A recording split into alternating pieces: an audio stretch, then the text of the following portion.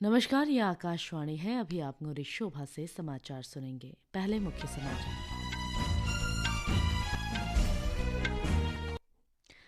मुख्य समाचार। प्रधानमंत्री नरेंद्र मोदी ने मध्य प्रदेश के झाबुआ में लगभग 7,300 करोड़ रुपए की विकास परियोजनाओं का लोकार्पण व शिलान्यास किया। प्रधानमंत्री नरेंद्र मोदी ने लोगों से अमृतकाल में भारत के प्रति स्वामी दयानंद सरस्वती के विश्वास को आत्मविश्वास में परिवर्तित करने का आग्रह किया है। CAPF में कांस्टेबल की भर्ती परीक्षा अब हिंदी और अंग्रेजी के अलावा 13 अन्य भाषाओं में भी होगी।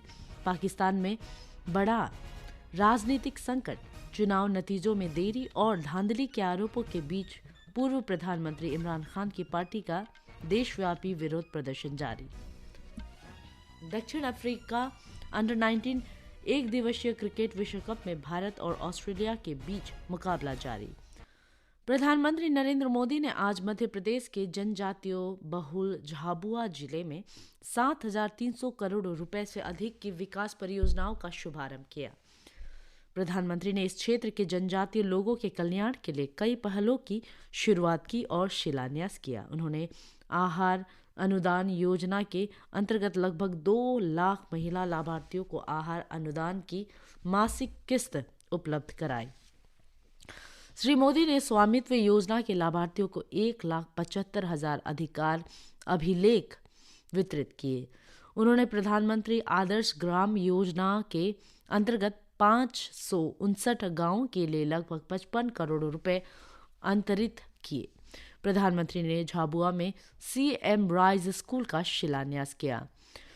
श्री मोदी ने धार और रतलाम जिलों के 1,000 से अधिक गांवों के लिए पेयजल आपूर्ति योजनाओं की आधारशिला रखी। उन्होंने झाबुआ जिले की 50 गांव पंचायतों के लिए अमृत और नल जल योजना के अंतर्गत 14 शहरी जल आपूर्ति योजनाओं का शिलान्यास किया।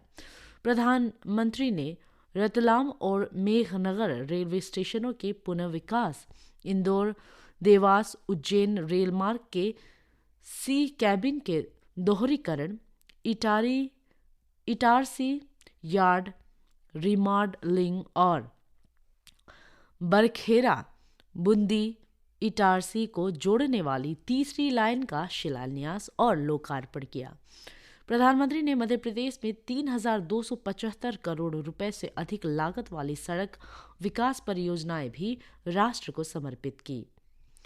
प्रधानमंत्री नरेंद्र मोदी ने लोगों से अमृतकाल में भारत के प्रति स्वामी दयानंद सरस्वती के विश्वास को आत्मविश्वास में परिवर्तित करने का आग्रह किया। श्री मोदी आज स्वामी दयानंद सरस्वती की 200वीं जयंती पर उनकी जन्मस्थली मोरबी के टंकारा में आयोजित कार्यक्रम को वीडियो संदेश से संबोधित कर रहे थे। प्रधानमंत्री ने राष्ट्र के उज्जवल भविष्य के प्रति महर्षि दयानंद के दृष्टिकोण को याद किया। उन्होंने कहा कि स्वामी दयानंद सरस्वती केवल एक वैदिक परंपरा के ऋषि ही नहीं बल्कि राष्ट्र संत भी थे। श्री मोदी ने भारत को अज्ञानता और अंधविश्वास के बंधनों से मुक्त कराने, वैदिक ज्ञान के सार को फिर से स्थापित करने तथा महिलाओं को सशक्त बनाने में स्वामी दयानंद सरस्वती की भूमिका का उल्लेख किया।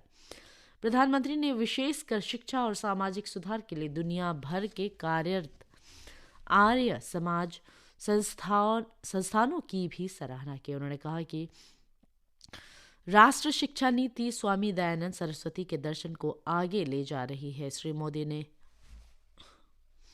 आर्य समाज के विद्यार्थियों और संस्थानों से वोकल फॉर लोकल, आत्मनिर्भर भारत मिशन लाइफ, जल संरक्षण, स्वच्छ भारत, खेल तथा फिटनेस के क्षेत्र में योगदान की अपील की। उन्होंने पहली बार मतदान करने वालों को भी अपनी जिम्मेदारियां समझने के लिए प्रेरित किया।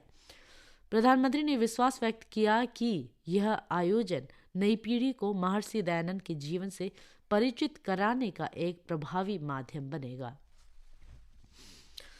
केंद्रीय सशस्त्र पुलिस बल CAPF में कांस्टेबल की भर्ती परीक्षा अब हिंदी और अंग्रेजी के अलावा 13 अन्य भाषाओं में भी होगी। यह निर्णय केंद्रीय सशस्त्र पुलिस बलों में स्थानीय युवाओं की भागीदारी और क्षेत्रीय भाषाओं को बढ़ावा देने के उद्देश्य से लिया गया है। इस वर्ष 20 फरवरी से 7 मार्च तक देश के 128 शहरों में कांस्टेबल भर्ती परीक्षा आयोजित की जानी है। इसमें अभ्यर्थी हिंदी और अंग्रेजी के अलावा असमिया, बंगाली, गुजराती, मराठी, मलयालम, कन्नड़, तमिल, तेलुगु, उड़िया, उर्दू, पंजाबी, मणिपुरी और कोंकणी भाषाओं में परीक्षा दे सकेंगे। राष्ट्रपति द्रौपदी मुर्मू आज राष्ट्रपति भवन में चेंज ऑफ गार्ड समारोह में शामिल हुए। सोशल मीडिया पोस्ट में राष्ट्रपति ने बताया कि राष्ट्रपति भवन में तैनात सिख रेजिमेंट की 6ठी बटालियन ने कार्यकाल पूरा होने के बाद 5वीं गोरखा राइफल्स की पहली बटालियन को कार्यभार सौंपा। प्रधानमंत्री नरेंद्र मोदी ने भारतीय जनता पार्टी के आदर्श पुरुष पंडित दीनदयाल उपाध्याय को उनकी पुण्यतिथि पर श्रद्धांजलि अर्पित की है। सोशल मीडिया पोस्ट में प्रधानमंत्री ने कहा कि पंडित दीनदयाल उपाध्याय ने भारतीय संस्कृति और धरोहर को केंद्र में रखते हुए राष्ट्रीय उत्थान का मार्ग प्रशस्त किया और यही विकसित भारत के निर्माण का प्रेरणा स्रोत है। भारतीय जनता पार्टी के राष्ट्रीय अध्यक्ष जगत प्रकाश नड्डा ने आज पार्टी मुख्यालय में पंडित दीनदयाल उपाध्याय की प्रतिमा पर पुष्पांजलि अर्पित की। सोशल मीडिया पर एक पोस्ट में उन्होंने कहा कि पंडित दीनदयाल उपाध्याय एकात्म मानववाद के अग्रदूत और एक कुशल संगठक थे जो भाजपा के हजारों कार्यकर्ताओं के लिए प्रेरणा स्रोत है। उन्होंने कहा कि पंडित दीनदयाल उपाध्याय का जीवन बहुत ही साधारण था, जिसमें भारतीय संस्कृति की झलक मिलती थी। श्री नड्डा ने कहा कि पंडित दीनदयाल उपाध्याय ने सेवा, सुशासन और विकास के माध्यम से अंत्योदय के संकल्प को पूरा करने के लिए जो मूल्य सामने रखे, वे आज भी पथ प्रदर्शक बने हुए हैं। बिहार में मुख्यमंत्री नीतीश कुमार कल विधानसभा में बहुमत सिद्ध करने के प्रयास करेंगे।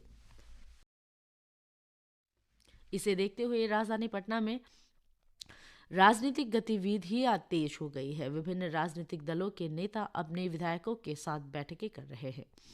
राजनीतिक गलियारों में दल बदल की अफवाहों के बीच सभी राजनीतिक दल अपने विधायकों को एकजुट रखने के हर संभव उपाय कर रहे हैं। जनता दल यूनाइटेड के प्रमुख और मुख्यमंत्री नीतीश कुमार ने पार्टी विधायकों के साथ बैठक की है। भारतीय जनता पार्टी और राष्ट्रीय जनता दल भी अपने विधायकों के साथ बैठकें कर रहे हैं। 243 सदस्यों की बिहार विधानसभा में एनडीए को 128 विधायकों का समर्थन हासिल है। एनडीए में भारतीय जनता पार्टी, जेडीयू और हिंदुस्तानी आवाम मोर्चा शामिल है। राष्ट्रीय जनता दल और कांग्रेस के नेतृत्व वाले महागठबंधन में 114 विधायक है। विधानसभा में बहुमत हासिल करने के लिए 122 विधायकों का समर्थन चाहिए। इस बीच प्रदेश में वर्तमान विधानसभा अध्यक्ष और राष्ट्रीय जनता दल के सदस्य अवध बिहारी चौधरी को पद से हटाने के लिए भी सत्ता पक्ष के अविश्वास प्रस्ताव पर भी कल ही चर्चा होगी। राज्य में नई सरकार के गठन के बाद भारतीय जनता पार्टी और जनता दल यूनाइटेड के विधायकों ने मौजूदा विधानसभा अध्यक्ष के खिलाफ अविश्वास प्रस्ताव का नोटिस दिया है।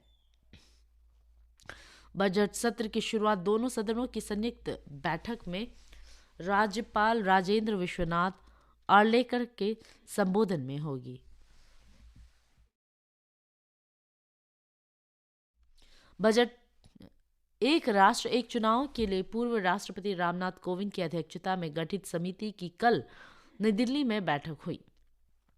इसमें समिति से गठन से लेकर अब तक की प्रगति की समीक्षा की गई। समिति ने संसद सदस्य पी विल्सन के नेतृत्व में डीएमके पार्टी के एक प्रतिनिधि मंडल से चर्चा की। अपना दल सोनेलाल की अध्यक्ष तथा वाणिज्य और उद्योग राज्य मंत्री अनुप्रिया पटेल ने भी श्री कोविंद से भेंट कर इस मुद्दे पर उन्हें पार्टी के विचारों से अवगत कराया। इस दौरान 15वें वित्त आयोग के अध्यक्ष, लोकसभा के पूर्व महासचिव डॉक्टर सुभाष सी कश्यप और पूर्व मुख्य सतर्कता आयुक्त संजय कोठारी भी उपस्थित थे।